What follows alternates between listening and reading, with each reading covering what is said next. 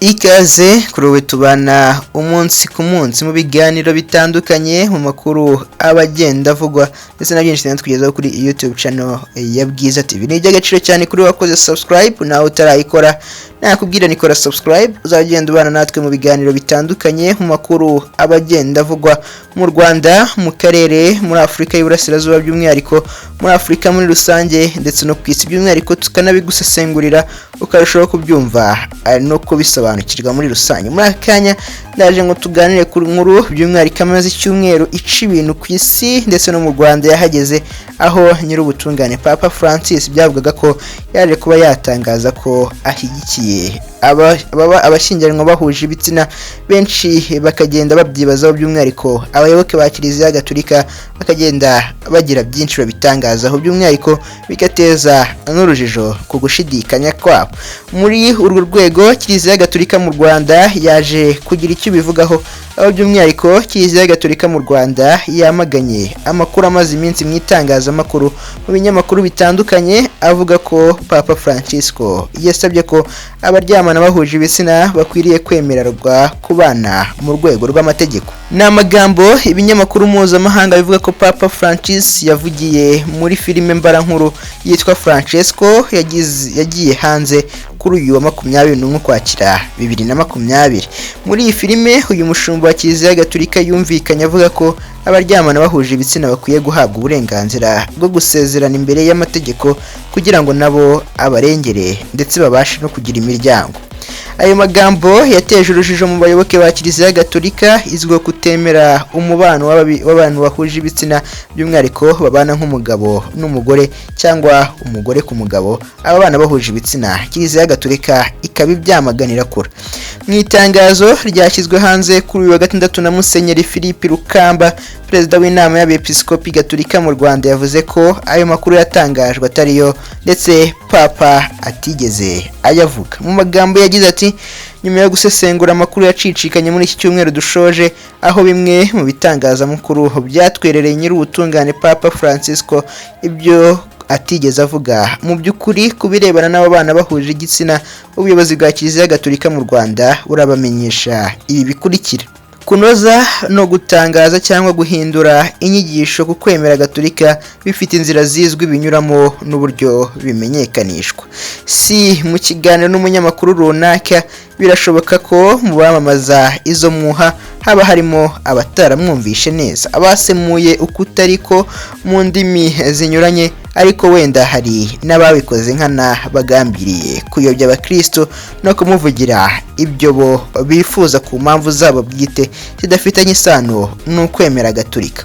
Rukamba yavuze ko abatangaje ayo makuru bakomatanyirije hamwe ibyo yagiye avuga kuri iyo ngingo y'ababana bahuje ibitsina mu bihe bitandukanye n'ahantu hanyuranye, ndetse n'ibyo mu gihe yari ataraba papa nk'aho byaba bikubiye mu kiganiro kimwe rukumbi. Itangazo rikomeza rigira riti: Papa Francisco ntashyigikiye na busa abagabo babiri cyangwa abagore babiri babana nk'umugabo n'umugore kuko binyuranyije na kamere muntu, bikaba bihabanye n'amahame ya Kiliziya Gatolika ndetse bitabasha kungura umuryango mugari w'abantu, haba mu burumbuke cyangwa mu ihirwe nyaryo umutima wa muntu wifuza. Bene ayo mahitamo ni icyaha Kiliziya Gatolika itahwema kwamagana. Icyakora Imana ntitereranya abanyabyaha. Icyo Papa Francisco avuganiraho abo babana bahuje ibitsina n'uburenganzira bwabo kubaho mu miryango yabo bavukamo ntibahozwe ku nkeke. Ikindi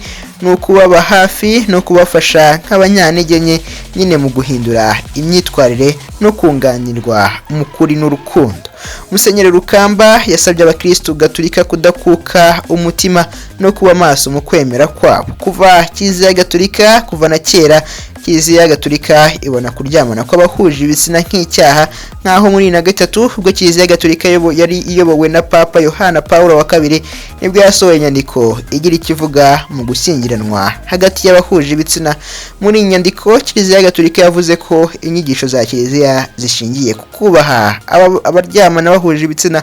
zidashobora kuganisha na gato ku kwemera imyitwarire y'abaryamana bahuje ibitsina cyangwa kwemera ishyingiranwa ryabo. Iryo tangazo ryasohotse mu mwaka wa 2003 rishimangira ko Kiliziya Gatolika itemera ndetse itanashyigikira itanakwemera ko abana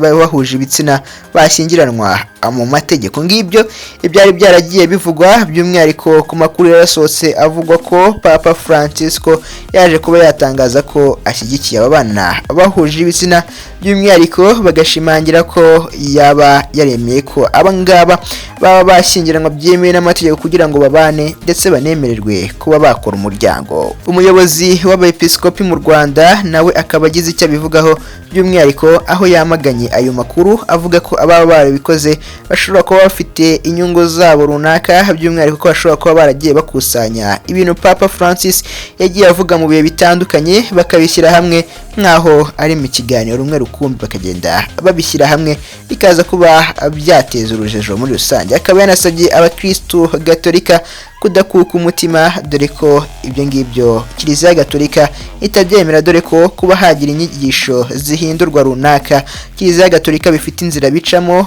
bikanozwa bikanemezwa. Ngibyo ibyagiye bivugwa by'umwihariko kuva muri iki cyumweru, ni inkuru yagiye ivugwa cyane, abantu benshi bagakomeza kugenda batanga ibitekerezo byabo, by'umwihariko nuko babyumva bashingiye kuri iyi nkuru, dore ko Papa Francisco ariwe muntu ukuriye Kiliziya Gatolika ku isi, by'umwihariko kugeza iyi saha bakavuga bati ubwo Papa yabitangaje na Kiliziya ishobora kuba yabyemeje. Ni mu gihe Kiliziya Gatolika mu Rwanda yaje kuba yabisobanura, by'umwihariko inashimangira ko ayo makuru atariyo, iza kuvuga ko ibyo byose bishobora kuba byarahimbwe, by'umwihariko dore ko ngo muri iyo filme naho bigaragara ko Papa yaba yaravuze ibyo bintu, by'umwihariko ashimangira ko ashyigikiye aba bana bahuje ibitsina. Byinshi byagiye bitangazwa ku mbuga nkoranyambaga, by'umwihariko abenshi bakagenda bagira ibitekerezo byabo bagenda batangazaho, by'umwihariko dore ko aba bana bahuje ibitsina bari bagenda babishingira kuri Bibiliya, aho ari nk'imwe mu mpamvu yatumye Sodoma na Gomora birimbuka, by'umwihariko kubera ibi byaha by'aba bana bahuje ibitsina. Benshi bakagenda bagaragaza ibitekerezo byabo bavuga ko isi nayo yaba igeze ku irimbukiro ryayo, by'umwihariko dore ko umushumba mukuru wa Kiliziya Gatolika yaba yagize icyo abivugaho, abenshi bagatekereza ko Kiliziya Gatolika yaba yabyemeje. Gusa Kiliziya Gatolika mu Rwanda yaje kuba yabisobanura neza mu itangazo yasohoye, by'umwihariko inashimangira ko ibyo byose byagiye bitangazwa n'ibitangazamakuru bitandukanye, mu makuru yagiye asohoka katari byo, by'umwihariko banashimangira ko hari abagiye basemura mu ndimi zitandukanye nabi, cyangwa bakagenda bahuza byinshi Papa Francis yagiye avuga mu bihe bitandukanye, bakagenda babihuriza hamwe nk'ikiganiro kimwe muri rusange. Ngibyo byinshi mu byagiye bivugwa, by'umwihariko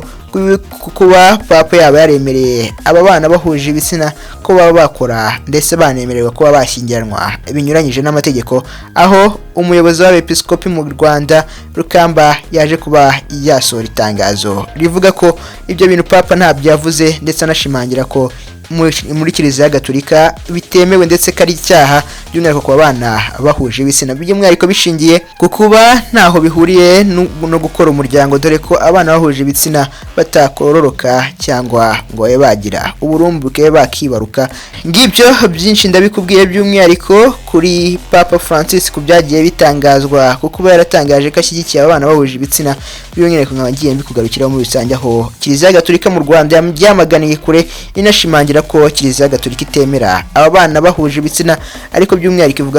ivuga ko bemera ko aba mu miryango yabo bakwiye kubabanira neza, by'umwihariko bakabafasha mu kuri no mu rukundo rwabo kugira ngo barusheho kuba bava muri ibyo byaha, dore ko Imana itanga abanyabyaha. Nawe ushobora kugira igitekerezo duha muri komanteri, by'umwihariko tugenda turushaho kubana muri byinshi bitandukanye tugenda tukugezaho kuri iyi YouTube channel ya Bwiza TV. By'umwihariko ndagushimira cyane wakoze subscribe,